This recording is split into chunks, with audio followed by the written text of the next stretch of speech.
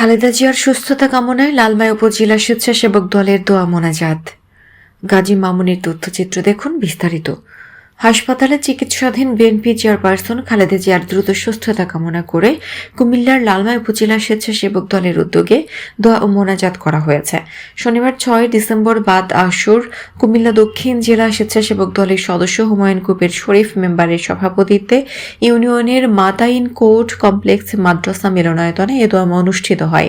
মোনাজাত পরিচালনা করেন পেরুল উত্তর ইউনিয়ন বিএনপির ধর্ম বিষয়ক সম্পাদক মাওলানা আব্দুল বারী।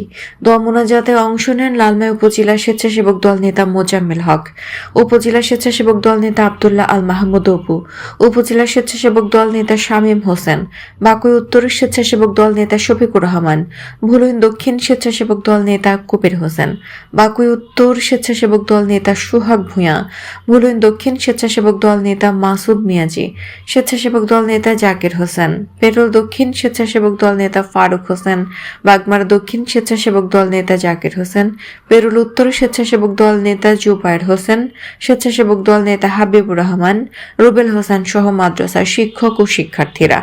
এ সময় খালেদা জিয়ার সুস্থতা ও দেশের শান্তি সমৃদ্ধি কামনায় বিশেষ মোনাজাত করা হয়।